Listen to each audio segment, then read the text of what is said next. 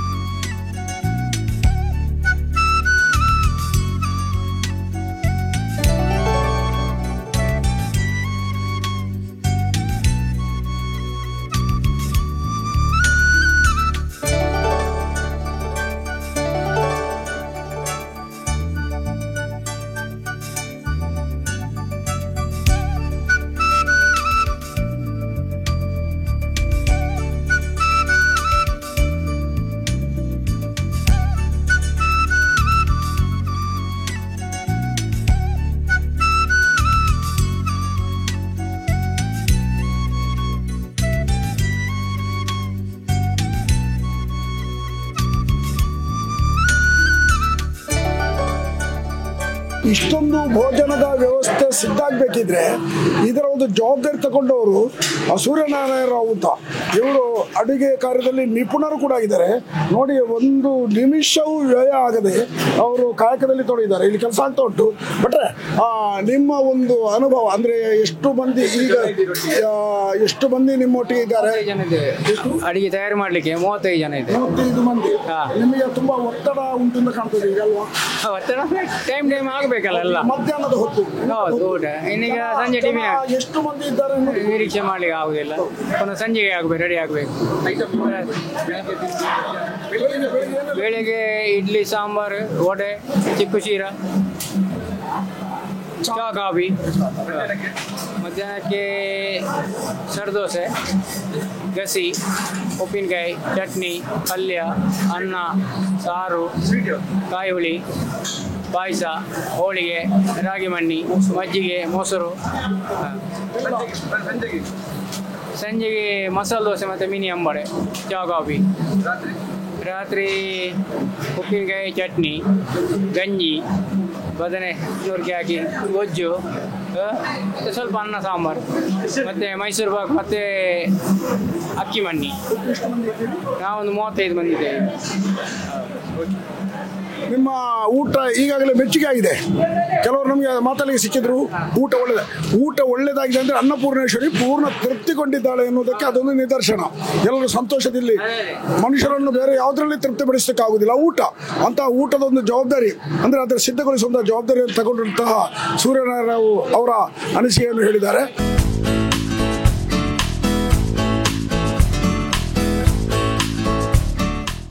ಒಂದು ಕಡೆಯಲ್ಲಿ ಯಕ್ಷಗಾನ, ಅಲ್ಲಿ ರಸದ ಔತಣ ಆಗ್ತಾ ಇದೆ.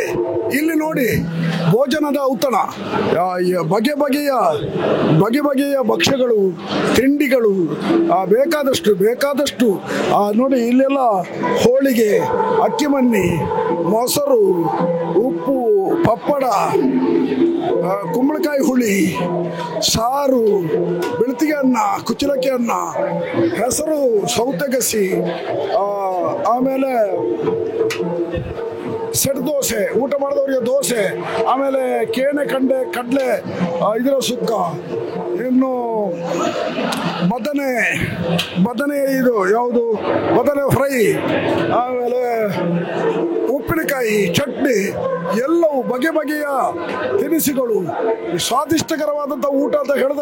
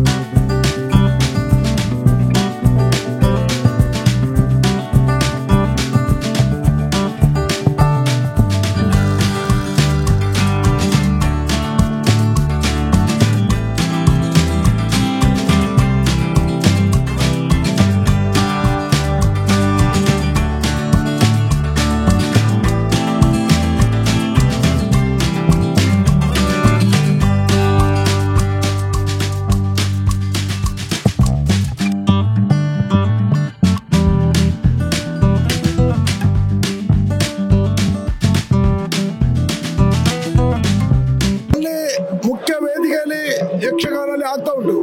ಇಲ್ಲಿ ಈ ಕಡೆ ನೋಡಿ, ಇಲ್ಲಿ ಕೂಡ ಇದು ಭೋಜನ ಶಾಲೆಯ ಪಕ್ಕದಲ್ಲಿ ಊಟವನ್ನು ಮಾಡಿಕೊಳ್ಳುವವರು ಕೂಡ ಅಲ್ಲಿಂದ ವೀಕ್ಷಣೆ ಮಾಡುವಂಥ ಅವಕಾಶ.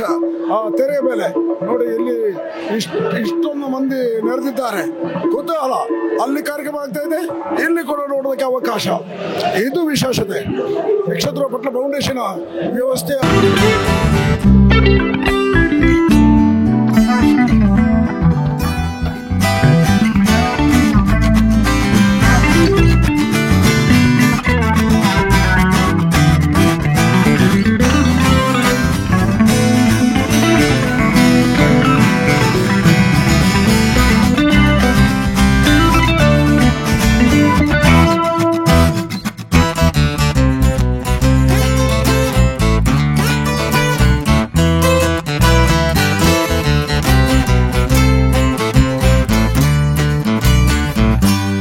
ಭಾಗ ಇಲ್ಲಿ ಬಾಯಾರಿ ಬಂದವರಿಗೆ ಸ್ವಾದಿಷ್ಟವಾದಂತಹ ಶರಬತ್ತನ್ನು ಕೂಡ ನೀಡ್ತಾ ಇದ್ದಾರೆ.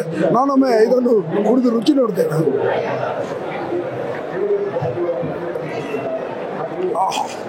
ಇಷ್ಟು ರುಚಿಕರವಾಗಿದೆ.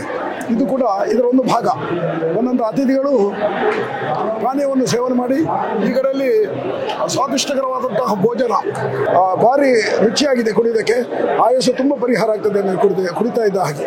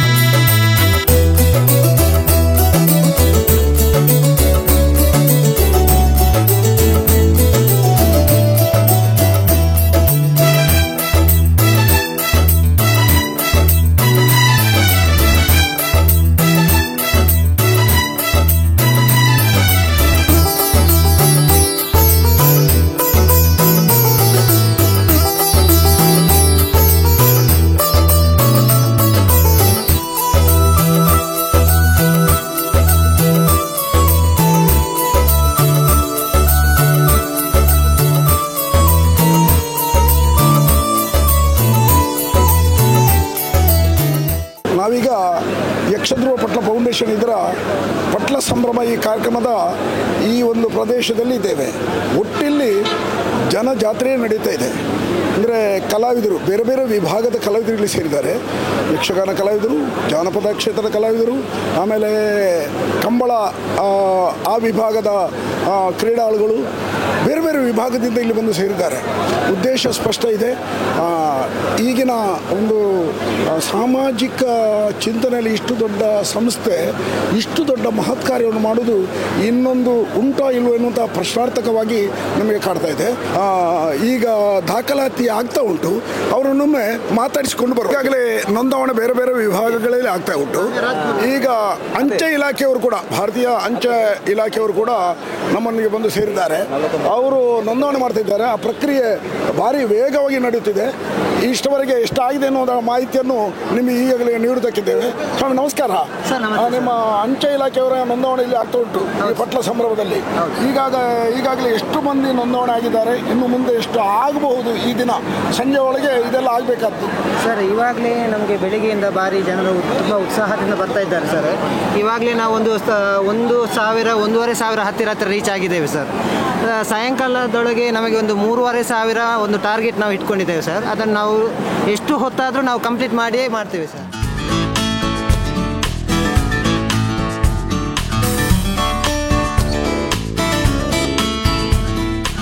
ನೋಡಿ, ಈಗಾಗಲೇ ಪಟ್ಲ ಸಂಭ್ರಮದ ಕಾರ್ಯಕ್ರಮ ಅಲ್ಲಿ ವಿಜೃಂಭಣೆಯಿಂದ ಮುಖ್ಯ ವೇದಿಕೆ ನಡೀತಾ ಉಂಟು. ಹಾಗೆ ಕಂಬಳ ಕ್ರೀಡೆಯಲ್ಲಿ ಪಾಲ್ಗೊಳ್ಳುವಂತಹ ಪ್ರತಿಯೊಬ್ಬರು ಕೂಡ ಈ ವರ್ಷ ಹೊಸತಾಗಿ ನಮ್ಮ ಪಟ್ಲ ಫೌಂಡೇಶನ್ನಲ್ಲಿ ನೋಂದಣಿ ಮಾಡಬೇಕು. ಅವರನ್ನು ಕೂಡ ಈ ಜೀವ ವಿಮಾ ಇದರ ಒಂದು ಪೂರ್ಣ ಸೌಲಭ್ಯ ಪಡೆಯಬೇಕು ಎನ್ನುವಂಥ ಉದ್ದೇಶದಿಂದ ಈ ವರ್ಷ ಅವರನ್ನು ಸೇರಿಸಿಕೊಂಡಿದ್ದೇವೆ. ಹಾಗಾಗಿ ಅದರ ಬಗ್ಗೆ ನಮಗೆ ಸ್ವಲ್ಪ ಮಾಹಿತಿ ಬೇಕಿತ್ತು. ಕಂಬಳ ಕ್ರೀಡೆಯಲ್ಲಿ ಒಬ್ಬ ಒಳ್ಳೆ ಉದ್ಘೋಷಕರಾಗಿ ಹೆಸರು ಮಾಡಿದಂಥ ರಾಜೀವ್ ಶೆಟ್ಟಿ ಎಡ್ತೂರು ಇವರು ನಮ್ಮೊಂದಿಗಿದ್ದಾರೆ. ದಯವಿಟ್ಟು ಈವರೆಗೆ ಎಷ್ಟು ಮಂದಿಯ ನೋಂದಣಿ ಆಗಿದೆ, ಇನ್ನು ಮುಂದೆ ಎಷ್ಟು ಮಂದಿ ಆಗಬಹುದು ಸಂಜೆವರೆಗೆ ಅವಕಾಶ ಇದೆ? ಇವತ್ತು ಬೆಳಗಿಂದ ಸಂಜೆವರೆಗೆ ದಯವಿಟ್ಟು ನಿಮ್ಮಲ್ಲಿರುವಂಥ ಮಾಹಿತಿಯನ್ನು ಒದಗಿಸಿಕೊಡ್ಬೇಕೆಂದು ನಿಮ್ಮಲ್ಲಿ ವಿನಂತಿ. ಪಟ್ಲ ಫೌಂಡೇಶನ್ ಈ ಜೀವ ವಿಮಾ ಒಂದು ವ್ಯವಸ್ಥೆ ಈ ವರ್ಷ ಪ್ರಾರಂಭ ಮಾಡಿದ್ದಾರೆ. ತುಂಬ ಸಂತೋಷ. ಕಂಬಳದ ಪರವಾಗಿ ತುಂಬ ಅವರಿಗೆ ಅಭಿನಂದನೆ ಸಲ್ಲಿಸ್ತಾ ಇದ್ದೇವೆ. ಜೊತೆಯಲ್ಲಿ ಈಗಾಗಲೇ ಒಂದು 50ಕ್ಕಿಂತ ಜಾಸ್ತಿ ನೋಂದಾವಣೆ ಆಗಿದೆ. ಸಾಯಂಕಾಲದವರೆಗೆ ಒಂದು 200-250 ನೋಂದಾವಣೆ ಆಗ್ಬೋದು ಅನ್ನುವಂಥ ಒಂದು ವಿಶ್ವಾಸ ನಮಗಿದೆ. ಒಟ್ಟು ಎಷ್ಟು ಮಂದಿ ಇದ್ದಾರೆ ನಿಮ್ಮ ಈ ಕಂಬಳದಲ್ಲಿ? 3,500-3,500ಕ್ಕಿಂತ ಜಾಸ್ತಿ ಇದ್ದಾರೆ. ಪರಿಚಾರಕ ವರ್ಗ ಎಲ್ಲ ಸೇರಿದರೆ ಒಂದು 3,500 ಜನ ಇದ್ದಾರೆ. ಎಲ್ರಿಗೂ ನೀವು ಮಾಹಿತಿ ಕೊಟ್ಟಿದ್ದೀರಿ? ಮಾಹಿತಿ ಸಾಧಾರಣ ಎಲ್ಲ ಕೊಟ್ಟಿದ್ದೇವೆ. ಈಗೆಲ್ಲ ಸಾಮಾಜಿಕ ಜಾಲತಾಣ ಇದೆ, ಎಲ್ರಿಗೂ ಮಾಹಿತಿ ಸಿಕ್ಕಿದೆ ಅಂತ ಭಾವಿಸ್ತೇವೆ. ಒಂದು ವೇಳೆ ಈ ವರ್ಷ ಕಮ್ಮಿ ಆದರೂ ಬರೋ ವರ್ಷಕ್ಕೆ ಖಂಡಿತವಾಗಿ ಆಗ್ತದೆ. ಇವತ್ತೊಂದು ಹಬ್ಬದ ಸಂಭ್ರಮ ಇಲ್ಲಿ ಮೂಡಿ ಬರಬೇಕಿದ್ರೆ ಬೇರೆ ಬೇರೆ ವಿಭಾಗದ ಈ ಕಲಾವಿದರೆಲ್ಲ ಒಟ್ಟು ಸೇರುವಂಥ ಈ ಸ್ಥಳ ಇವತ್ತು ಪುಣ್ಯಕ್ಷೇತ್ರವಾಗಿ ಪರಿವರ್ತನೆ ಆಗ್ತಾ ಉಂಟು.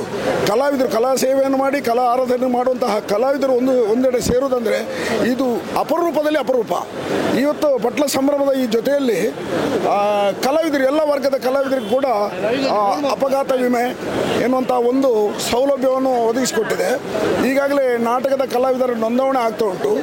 ನಮ್ಮ ನಾಟಕದ ಹಿರಿಯ ಒಬ್ಬರು ಸಂಘಟಕರು ಕಲಾವಿದರಾದಂತಹ ಅಲ್ಲದೆ ನಾಟಕ ಒಕ್ಕೂಟದ ಅಧ್ಯಕ್ಷರಾದಂತಹ ಕಿಶೋರ್ ಡಿ ಶೆಟ್ಟಿ ಅವರು ನಮ್ಮೊಂದಿಗಿದ್ದಾರೆ. ದಯವಿಟ್ಟು ನಿಮ್ಮ ಒಂದೆರಡು ಮಾಹಿತಿಗಳು ಪ್ರಮುಖವಾಗಿ ಇವತ್ತು ಎಷ್ಟು ನೋಂದಣಿ ಆಗಿದೆ, ಮುಂದಕ್ಕೆ ಎಷ್ಟು ನೋಂದಣಿ ಆಗಬಹುದು, ಅಲ್ಲದೆ ಈ ಕಲಾವಿದರಿಗೆ ನಾಟಕ ಕಲಾವಿದರಿಗೆ ನಮ್ಮ ಪಟ್ಲ ಫೌಂಡೇಶನ್ ಮಾಡಿದಂಥ ಈ ಕಾರ್ಯಕ್ರಮ ನಿಮಗೆ ಹೇಗೆ ಅನಿಸ್ತದೆ? ಹೋದ ವರ್ಷ ಇದೇ ನಮ್ಮ ಅಡ್ಯಾರ್ ಗಾರ್ಡನಲ್ಲಿ ಸುಮಾರು 600 ನಮ್ಮ ನಾಟಕ ಕಲಾವಿದರಿಗೆ ನೋಂದಣಿಯಾಗಿದೆ. ಈಗ ಆಲ್ರೆಡಿ 300ರಿಂದ 400 ಆಗ್ತಾ ಉಂಟು. ನಿಜವಾಗಿ ಒಂದು ಒಳ್ಳೆ ಕೆಲಸ ಪಟ್ಲ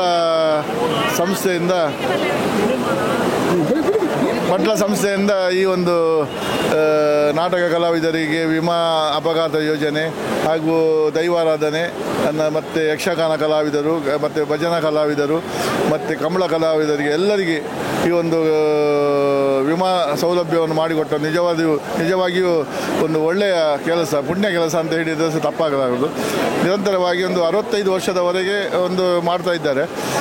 ಅದು ನಮಗೆ ಭಾರಿ ಒಂದು ಅನುಕೂಲ ಆಯಿತು ನಮ್ಮ ತುಂಬ ಕಲಾವಿದರಿಗೆ. ಯಾಕೆಂದರೆ ರಾತ್ರಿ ನಾವು ನಾಟಕದಲ್ಲಿ ಬರುವಾಗ ಏನಾದರೂ ಆಗಬಾರ್ದು, ಯಾರಿಗೂ ಅಪಘಾತ ಆಯ್ತು ಅಂತಾದರೆ ಅವರಿಗೆ ಈ ಒಂದು ವಿಮಾ ಸೌಲಭ್ಯ ಮಾಡಿಕೊಡುವುದು ನಿಜವಾಗಿಯೂ ನಮಗೆ ಒಂದು ಅದು ಪುಣ್ಯದ ಕೆಲಸ. ನಿರಂತರವಾಗಿ ಒಂದು ಕೆಲಸವನ್ನು ಇವರು ಮಾಡಿಲ್ಲ ಅಂತ ನಾನು ದೇವರ ಹತ್ರ ಕೇಳಿಕೊಳ್ತೇನೆ. ನಿಮ್ಮ ಒಕ್ಕೂಟದ ಅಧ್ಯಕ್ಷರಾಗಿದ್ದೀರಾ ತಾವು, ನಿಮ್ಮ ಒಕ್ಕೂಟದ ಸರ್ವ ಸದಸ್ಯರಿಗೂ ಇದರ ಮಾಹಿತಿ ಕೊಟ್ಟಿದ್ದೀರಿ.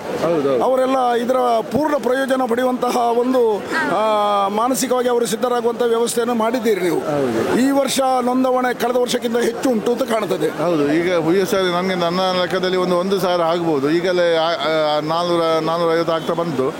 ಇನ್ನು ಸಂಜೆವರೆಗೂ ಇರುವುದರಿಂದ ಖಂಡಿತವಾಗಿಯೂ 1,000 ಅದು ಮೀರ್ತದೆ ಅಂತ ನನ್ನ ಭಾವನೆ.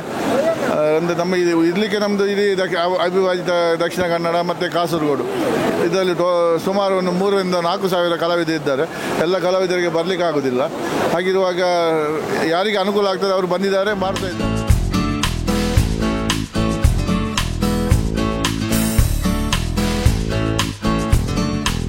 ಯಕ್ಷಗಾನ ಕ್ಷೇತ್ರದಲ್ಲಿ ಒಂದು ಅದ್ವಿತೀಯ ಸಾಧನೆ ಮಾಡಿದವರು, ಒಂದು ಕಾಲದಲ್ಲಿ ಕ್ರಾಂತಿಕಾರಿ ಹೆಜ್ಜೆಯನ್ನಿಟ್ಟಂತಹ ಡಿ ಮನೋಹರ್ ಕುಮಾರ್ ಅವರು ಇಂದು ಈ ಪಟ್ಲ ಸಂಭ್ರಮದ ಇಲ್ಲಿ ಬಂದಿದ್ದಾರೆ. ಅವರು ಕೂಡ ಒಂದು ರೀತಿಯ ಫಲಾನುಭವಿ. ಜೀವ ವಿಮಾ ಸೌಲಭ್ಯದ ನೋಂದಣಿಗಾಗಿ ದಂಪತಿ ಸಮೇತ ಅವರು ಬಂದಿದ್ದಾರೆ. ಡಿ ಮನೋಹರ್ ಕುಮಾರ್ ಅವರೇ ನಮಸ್ಕಾರ.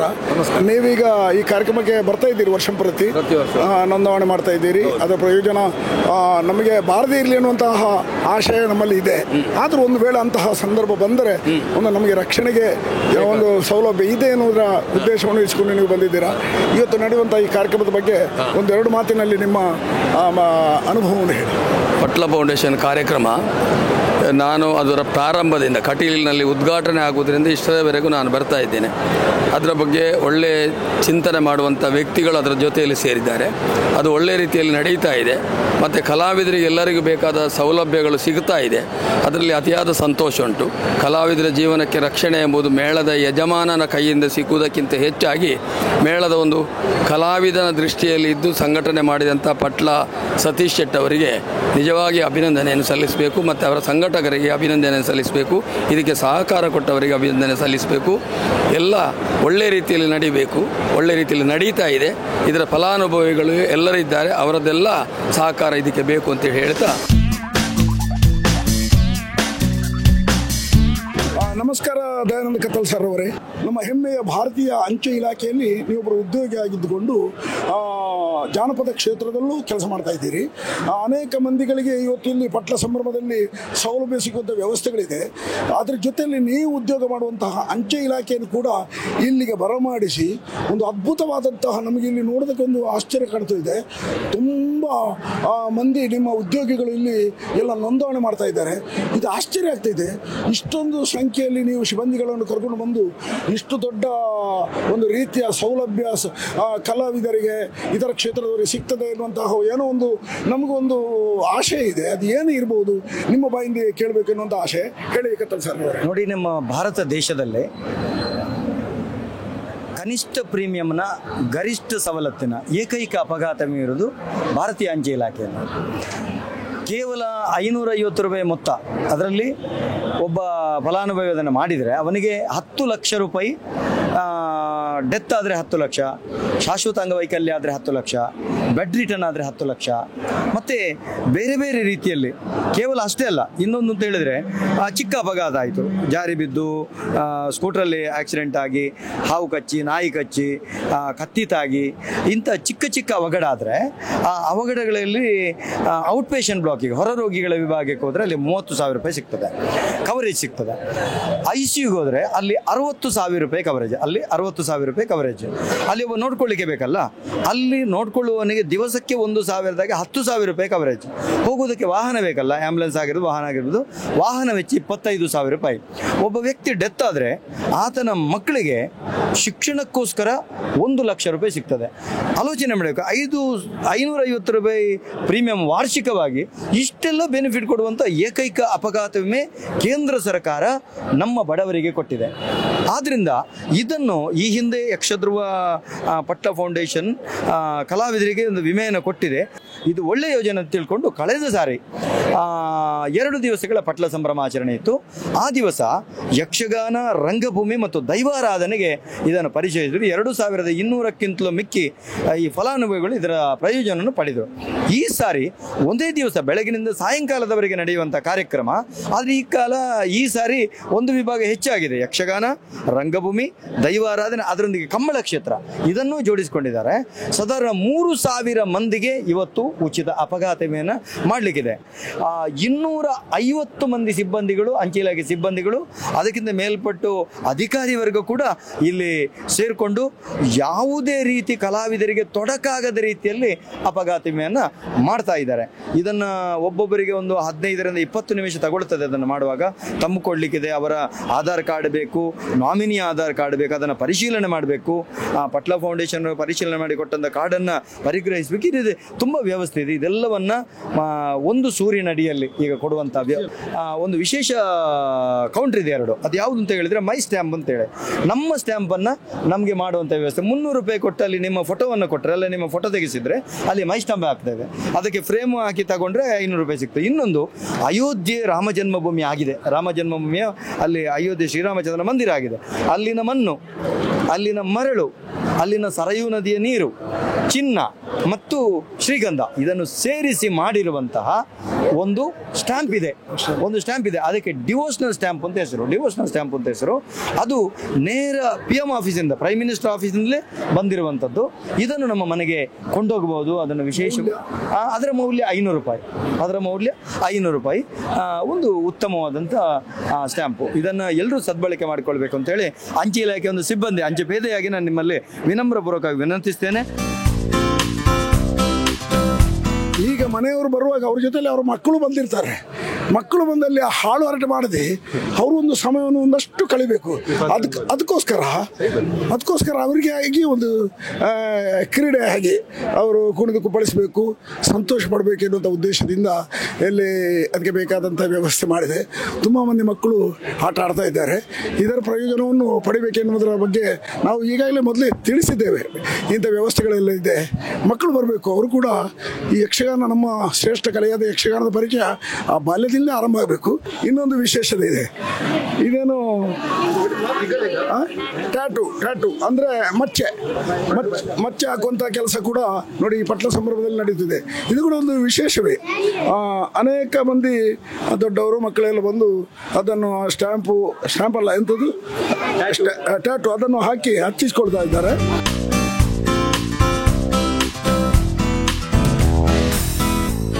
ಎಂಥದ್ದು ಮಾರೆ, ಇಲ್ಲಿ ಹಚ್ಚೆ ಸ್ವರೂಪದಲ್ಲಿ ಕೈಯಲ್ಲಿ ಚಿತ್ರವನ್ನು ಬಿಡಿಸುವುದು, ಇದು ಕೂಡ ಒಂದು ವಿಶೇಷತೆ.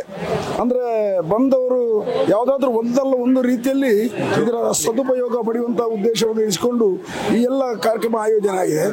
ಇಲ್ಲಿ ಹೆಚ್ಚಿನದಾಗಿ ಮಕ್ಕಳು ಬಂದು ಸೇರ್ತಾ ಇದ್ದಾರೆ. ಸ್ವಾಮಿ, ನೀವು ಚಿತ್ರವನ್ನು ಬಿಡಿಸ್ತಾ ಇದ್ದೀರಿ. ಕೆ ಪ್ರಕಾಶ್ ಆಚಾರ್ಯ ಅಂತ ಮಂಗಳೂರು. ಇದು ಒಂದು 25 ವರ್ಷದಿಂದ ಆಗ್ತುಂಟು. ಮಂಗಳೂರಲ್ಲಿ 10-15 ವರ್ಷದಿಂದ ನಡೀತಾ ಉಂಟು. ಎಷ್ಟು ಮಂದಿ ಈಗಾಗಲೇ ಆಯ್ತು, ಒಂದು 100 ಜನರು ಕಡಿಮೆ ಪಕ್ಷ. ನಾನು ಒಬ್ಬನೇ ಇದ್ದೇನೆ. ಸಂಜೆ ತನಕ ಉಂಟು. ಆ ಕಡೆ ಸ್ಟಿಕ್ಕರ್ ಡಾಟಾ ಆಗ್ತಾ ಉಂಟು. ಮಕ್ಕಳೆಲ್ಲ ಆಸಕ್ತಿ? ತುಂಬಾ ಆಸಕ್ತಿ ಮಕ್ಕಳಿಗೆ.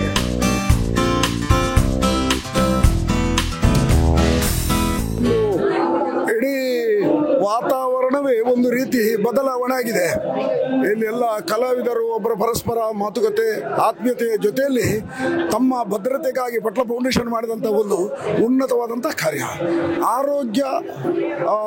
ಆರೋಗ್ಯದ ಬಗ್ಗೆ ಒಂದು ಗಮನ ಕೊಡಬೇಕು ಕಲಾವಿದರೆಲ್ಲ. ಯಾಕಂದರೆ ಕೆಲವರಿಗೆ ಅಸಡ್ಡೆ ಇದೆ, ಏನಾದರೂ ಅನಾರೋಗ್ಯ ಆದರೂ ತೊಂದರೆ ಇಲ್ಲ, ನಾಳೆ ನಾಡ್ದು ನಮಗೆ ಬಿಡುವಿದ್ದಾಗ ನಾವು ಸುಧಾರಿಸಿಕೊಳ್ತೇವೆ, ಅದಕ್ಕೆ ಸೂಕ್ತ ಚಿಕಿತ್ಸೆ ತಗೊಳ್ತೇವೆ ಅನ್ನುವಂಥ ಮನೋಭಾವನೆ ಕಲಾವಿದರಿದೆ. ಆದರೆ ಇಲ್ಲಿ ಪಟ್ಲ ಫೌಂಡೇಶನ್ ಏನು ಮಾಡಿದೆ ಅಂದರೆ ಪ್ರತಿಯೊಬ್ಬ ಕಲಾವಿದರು ತನ್ನ ಆರೋಗ್ಯವನ್ನು ನೋಡಿಕೊಳ್ಬೇಕು, ಪರೀಕ್ಷೆ ಮಾಡಬೇಕು, ಯಾರಿಗೆ ಏನು ಅನಾರೋಗ್ಯ ಇದೆ ಅನ್ನೋದನ್ನು ನೋಡುವಂಥ ಒಂದು ಅವಕಾಶವನ್ನು ಕಲ್ಪಿಸಿಕೊಟ್ಟಿದ್ದಾರೆ. ತುಂಬ ಮಂದಿ ಕಲಾವಿದರು ಇಲ್ಲಿ ಸಾಲುಗಟ್ಟಿ ನಿಂತಿದ್ದಾರೆ ಪರೀಕ್ಷೆ ಮಾಡೋದಕ್ಕಾಗಿ. ಅದು ಕಣ್ಣಿನ ಪರೀಕ್ಷೆ ಇರ್ಬೋದು, ಆರೋಗ್ಯಕ್ಕೆ ಸಂಬಂಧಪಟ್ಟ ಪರೀಕ್ಷೆ ಇರ್ಬೋದು, ಎಲ್ಲ ಆಗ್ತಾ ಉಂಟು. ಇಲ್ಲಿ ಬೇರೆ ಬೇರೆ ವಿಭಾಗಗಳಲ್ಲಿ ಕೆಲಸ ಕಾರ್ಯ ಆಗ್ತಾ ಇದೆ. ನಮ್ಮೊಂದಿಗೆ ಡಾಕ್ಟರ್ ಬಾಲಚಂದ್ರ ಶೆಟ್ಟಿ ಇವರು ಈ ವಿಭಾಗವನ್ನು ಕಲಾವಿದರ ಆರೋಗ್ಯಕ್ಕೆ ಸಂಬಂಧಪಟ್ಟಂತಹ ಈ ವಿಭಾಗವನ್ನು ಅವರ ಉಸ್ತುವಾರಿಯಲ್ಲಿ ನಡೀತಿದೆ. ಇವರು ಖ್ಯಾತ ದಂತವೈದ್ಯರು ಬಾಲಚಂದ್ರ ಶೆಟ್ಟಿ, ಸರಪಾಡಿ ಘಟಕದ ಇವರು ಗೌರವಾಧ್ಯಕ್ಷರು ಕೂಡ ಆಗಿದ್ದಾರೆ. ಬಾಲಚಂದ್ರ ಶೆಟ್ಟಿ, ಇಲ್ಲಿ ತುಂಬ ಮಂದಿ ಕಲಾವಿದರು ಬಂದು ತಮ್ಮ ದೇಹದ ಆರೋಗ್ಯದ ಬಗ್ಗೆ ಪರೀಕ್ಷೆ ಮಾಡಿಸ್ತಾ ಇದ್ದಾರೆ. ಈಗಾಗಲೇ ಎಷ್ಟು ಮಂದಿ ಇಲ್ಲಿ ಬಂದಿರಬಹುದು ಈ ವರ್ಷ? ಇಲ್ಲಿ ಸುಮಾರು ಬೇರೆ ಬೇರೆ ವಿಭಾಗ ಇದೆ. ಆರೋಗ್ಯ ತಪಾಸಣಾ ಶಿಬಿರದಲ್ಲಿ ಎಲುಬು, ಚರ್ಮ, ಹೃದಯ ಸಂಬಂಧಿ ಮತ್ತು ಇನ್ನಿತರ ಹಲವಾರು ಯಾವ ವಿಭಾಗಗಳೆಲ್ಲ ಇದೆಯೋ ವೈದ್ಯಕೀಯ ಇದರಲ್ಲಿ ಅದೆಲ್ಲ ನಡೀತಾ ಇದೆ. ಮುಖ್ಯವಾಗಿ ಕಳೆದ ವರ್ಷ ಹಾಗೂ ಈ ಸಲ ಕೂಡ ಕಣ್ಣಿನ ವಿಭಾಗದಲ್ಲಿ ಸಾಧಾರಣ ಇಷ್ಟರವರೆಗೆ 500ಕ್ಕೂ ಹೆಚ್ಚು ತಪಾಸಣೆಯಾಗಿ ಕನ್ನಡಕ ವಿತರಣೆ ಕೂಡ ನಡೀತಾ ಇದೆ. ಇನ್ನೂ ಹಲವಾರು ಜನ ಇದ್ದಾರೆ, 100 ಜನ ಸೇರಿದ್ದಾರೆ. ತಪಾಸಣೆ ನಡೀತಾ ಇದೆ, ಶಿಬಿರವು ನಡೀತಾ ಇದೆ. ರಕ್ತದ ಸಂಜೆವರೆಗೆ ಎಷ್ಟಾಗಬಹುದು? ಸಂಜೆವರೆಗೆ ಸಾಧಾರಣ ಒಂದು 3,500 ಸಾವಿರ ಮೇಲ್ಪಟ್ಟು ತಪಾಸಣೆ ಹಾಗೂ ಅದಕ್ಕೆ ಸಂಬಂಧಪಟ್ಟಂತಹ ಚಿಕಿತ್ಸೆ, ಹೆಚ್ಚಿನ ಚಿಕಿತ್ಸೆಗಾಗಿ KS ಹೆಗಡೆ ದೇರಳಕಟ್ಟೆ ಆಸ್ಪತ್ರೆಗೆ ಹೋಗುವಂತಹ ಒಂದು ವ್ಯವಸ್ಥೆ ಇದೆ. ಹಾಗೆ ಪ್ರತಿ ಸಲನೂ ಇದೊಂದು ಅದ್ಭುತವಾಗಿ ನಡೀತಿರುವಂತಹ ಒಂದು ಕಾರ್ಯಕ್ರಮ. ಇನ್ನಷ್ಟು ನಿಮ್ಮಿಂದ ಮಾಹಿತಿಯನ್ನು ನಾವು ಕೇಳ್ತೇವೆ. ನೋಡಿ, ಈ ಚರ್ಮ ರೋಗಕ್ಕೆ ಸಂಬಂಧಪಟ್ಟದ್ದು, ಹೃದಯ ಸಂಬಂಧಿ ಕಾಯಿಲೆ, ಇದೆಲ್ಲ ಪರೀಕ್ಷೆ ಮಾಡಿ ಅವರಿಗೆ ಸೂಕ್ತ ಮಾರ್ಗದರ್ಶನ ಕೊಡುವುದು ಮಾತ್ರ ಅಲ್ಲ, ಅವರನ್ನು ಉಚಿತವಾಗಿ ಆಸ್ಪತ್ರೆಯಲ್ಲಿ ನೋಂದಣಿ ಮಾಡುವಂಥ ವ್ಯವಸ್ಥೆ ಕೂಡ ನಮ್ಮ ಪಟ್ಲ ಫೌಂಡೇಶನ್ ಅಲ್ಲಿ ಇದೆ. ಖಂಡಿತವಾಗಿಯೂ ಇದೆ. ಇದರಲ್ಲಿ ಈ ಮುಖಾಂತರ ಇಲ್ಲಿ ನೋಂದಣಿ ಮಾಡಲ್ಪಟ್ಟು ಆ ನಂತರ ಇದರ ಮುಖಾಂತರವಾಗಿ KS ಹೆಗಡೆಯಲ್ಲಿ ಸಾಧಾರಣ ಉಚಿತವಾಗಿ ನಡೆಯುವಂತಹ ಚಿಕಿತ್ಸೆ ವ್ಯವಸ್ಥೆ ಇದೆ.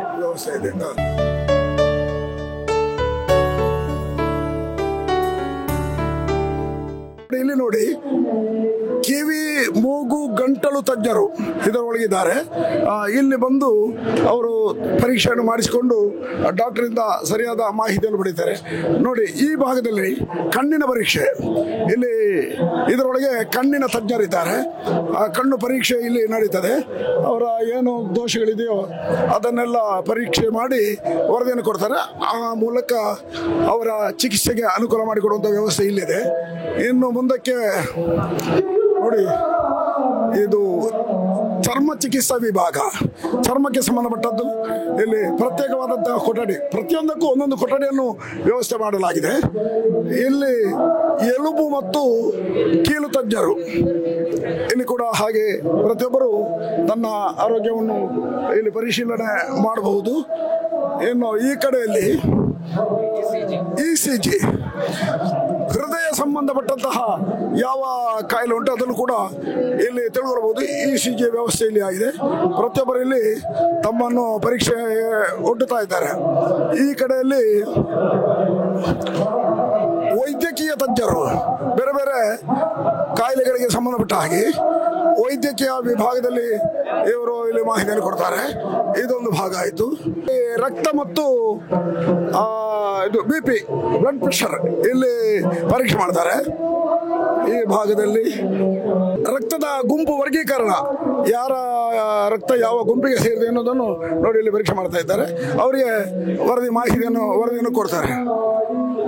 ಇಲ್ಲಿ ರಕ್ತದಾನ, ಕೆಲವರು ರಕ್ತದಾನ ಮಾಡ್ತಾ ಇದ್ದಾರೆ. ಈ ಮೂಲಕ ಅವ್ರದ್ದು ಕೂಡ ಸಮಾಜಕ್ಕೆ ಕೊಡುಗೆ ಇರಲಿ ಅನ್ನುವಂಥ ಉದ್ದೇಶದಿಂದ ಇಲ್ಲಿ ಆಗ್ತಾ ಉಂಟು. ನಿರಂತರವಾಗಿ ರಕ್ತದಾನ ಆಗ್ತಾ ಇದೆ. ಈ ರಕ್ತದಾನ ಮಾಡುವಂತ ಉದ್ದೇಶ ನಮ್ಮದು ಏನಿದೆ? ಒಂದು ರಕ್ತದಾನ ಆದರೆ ಇನ್ನೊಬ್ಬರ ರೋಗಿಗೆ ಇದು ಆಗ್ಬೇಕಂತ, ಒಳ್ಳೇದಾಗ್ಬೇಕಂತ ರಕ್ತ ಬೇಕಾದ್ರೆ ನಮ್ಮ ಗ್ರೂಪ್ ಎಲ್ಲ ಸ್ವಲ್ಪ ಕಡಿಮೆ ಇರುತ್ತೆ, ಅದನ್ನ ಮಾಡೋದು ಅಷ್ಟೇ.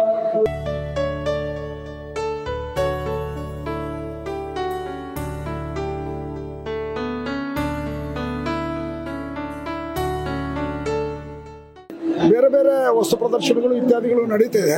ಅದರೊಂದಿಗೆ ಬಹುಮುಖ್ಯವಾಗಿ ಕಲಾವಿದರಿಗೆ ಮತ್ತು ಕಲಾ ಪ್ರೇಮಿಗಳಿಗೆ ಒಂದು ಅವಶ್ಯ ಇರುವಂತಹ ಪುಸ್ತಕಗಳು ಕೂಡ ಇಲ್ಲಿ ಲಭ್ಯವಿದೆ, ಮಾರಾಟಕ್ಕೆ ಇಟ್ಟಿದ್ದಾರೆ. ಈಗ ನಮ್ಮೊಂದಿಗೆ ವಿಷ್ಣು ಶರ್ಮರು, ವಾಟೆಬಡಪು ಕಟೀಲ್ ಮೇಳದ ಒಬ್ಬ ಖ್ಯಾತ ಕಲಾವಿದರು, ಅವರು ನಮ್ಮೊಂದಿಗಿದ್ದಾರೆ. ಅವರ ಸತ್ಯಹರಿಶ್ಚಂದ್ರ ದಕ್ಷದ್ವರ ಎನ್ನುವಂತಹ ಪುಸ್ತಕ ಕೂಡ ಇಲ್ಲಿ ಮಾರಾಟಕ್ಕೆ ಇಟ್ಟಿದ್ದಾರೆ. ಹವ್ಯಾಸಿಗಳಿಗೆ ಇದು ಪೂರಕವಾದಂಥ ಒಂದು ಪುಸ್ತಕ. ಒಂದು 2 ಮಾತಿನಲ್ಲಿ ಈ ಪಟ್ಲ ಸಂಭ್ರಮ ಇದು ನಿಮಗೆ ಏನು ಅನಿಸ್ತಿದೆ? ಕಲಾವಿದರಾಗಿ ನಿಮ್ಮ ಮಾತೇನು, ಪ್ರಕಾಶಕರಾಗಿ ನಿಮ್ಮ ಮಾತೇನು? 2 ಮಾತಿನಲ್ಲಿ ಹೇಳಿ ಶರ್ಮರೇ. ಕಲಾವಿದರಾಗಿ ಪಟ್ಲವರು ಮಾಡಿಕೊಂಡ ಈ ಕಾರ್ಯಕ್ರಮವನ್ನು ಅತ್ಯಂತ ಹೆಮ್ಮೆಯ ವಿಷಯ. ಅಸಹಾಯಕರಾಗಿ ಕಲಾವಿದರ ಕಷ್ಟ ನಷ್ಟ ನೋವು ನಲಿವುಗಳ ಕುರಿತಾಗಿ ಸರಿಯಾದ ಅರಿವುಳ್ಳವರಾಗಿ ಅವರೆಲ್ಲರಿಗೂ ಒಂದು ಹೊಸ ದಿಶೆಯನ್ನು ಕೊಡಬೇಕೆಂಬ ಉದ್ದೇಶಕ್ಕಾಗಿ ಸಂಸ್ಥೆಯನ್ನು ಸ್ಥಾಪಿಸಿ ಅದನ್ನು ಬಹಳ ಬೆಳವಣಿಗೆ ಅವರು ಕಾರಣೀಭೂತರಾಗಿದ್ದಾರೆ. ನಮ್ಮಂಥವರಿಗೆಲ್ಲ ಒಂದು ತುಂಬ ಆಶಯದಾತರು ಅನ್ನುವುದು ನನ್ನ ಅನಿಸಿಕೆ. ಕಲಾವಿದರಿಗೆ ಅನುಕೂಲ ಆಗಲಿ ಮತ್ತು ರಂಗದಲ್ಲಿ ಈಗ ಎಲ್ಲ ಕ್ರಮಗಳು ಮರೆಯಾಗುವುದರಿಂದ ರಂಗದ ಎಲ್ಲ ಕ್ರಮಗಳು ತಾಂತ್ರಿಕತೆಯನ್ನು ಒಳಗೊಂಡಂತಹ ಹಲವಾರು ಯಕ್ಷಗಾನ ಪ್ರಸಂಗಕ್ಕೆ ಪದ್ಯ ಹಾಗೂ ರಂಗತಂತ್ರಗಳನ್ನೆಲ್ಲ ನಮೂದಿಸಂತ ಒಂದು ಪುಸ್ತಕ ಬಿಡುಗಡೆ ಮಾಡಲಾಗಿದೆ.